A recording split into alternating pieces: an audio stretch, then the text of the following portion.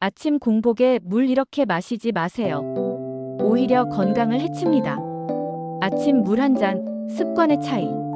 물은 인체의 70%를 차지하며 생명을 유지하는 핵심 요소다. 체온을 일정하게 유지하고 노폐물을 배출하며 신진대사를 촉진하는 등 다양한 역할을 맡고 있다. 수분이 조금만 부족해도 피로와 집중력 저하가 나타나고 장기간 부족하면 생명까지 위협할 수 있다. 특히 아침에는 밤새 땀과 호흡, 대사 작용으로 수분이 소실되면서 탈수에 가까운 상태가 된다.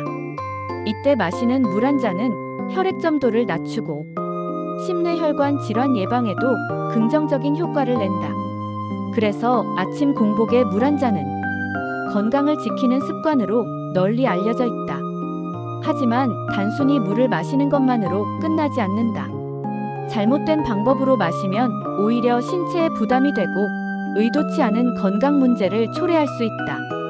이제 아침 공복 물 섭취에서 반드시 지켜야 할 수칙과 올바른 방법을 살펴보자. 아침 공복 물 섭취. 아침에 일어나자마자 물을 마시는 것은 좋지만 반드시 먼저 입안을 헹궈야 한다. 밤새 입속에 번식한 세균과 박테리아가 물과 함께 위로 들어가면 면역 체계에 부담을 줄 수 있기 때문이다. 양치질까지는 필요 없지만 가볍게 가글만 해도 충분하다. 물의 온도 또한 중요하다. 차갑거나 뜨거운 물은 심장과 치아에 부담을 주고 위장 기능에도 좋지 않다. 체온보다 약간 낮은 30도 정도의 미지근한 물이 가장 적절하다. 이렇게 해야 위와 장이 편안하게 깨어나고 소화기관에도 무리가 가지 않는다. 또 한 가지 중요한 점은 마시는 속도다. 갈증이 난다고 한 번에 들이키면 심혈관계에 부담이 되고 뇌압 상승 위험까지 생길 수 있다. 특히 고혈압 환자나 뇌혈관 질환 병력이 있는 사람이라면 반드시 천천히 최소 5분 이상 나누어 마시는 것이 안전하다. 아침 공복 물 한 잔과 장 건강. 최근 연구들은 장 건강이 뇌 건강과 정신 건강까지 좌우한다는 사실을 강조한다. 장은 면역세포의 70%가 분포된 기관이며 행복 호르몬으로 불리는 세로토닌의 90%가 장에서 생성된다. 아침 공복에 물을 마시면 위와 대장의 운동을 촉진하여 배변을 원활하게 만든다. 이 과정은 장내 유산균의 활성을 높여 전반적인 장 건강 개선에 도움을 준다. 단순히 수분 보충 차원이 아니라 장을 깨우고 하루의 컨디션을 좌우하는 중요한 역할을 하는 것이다.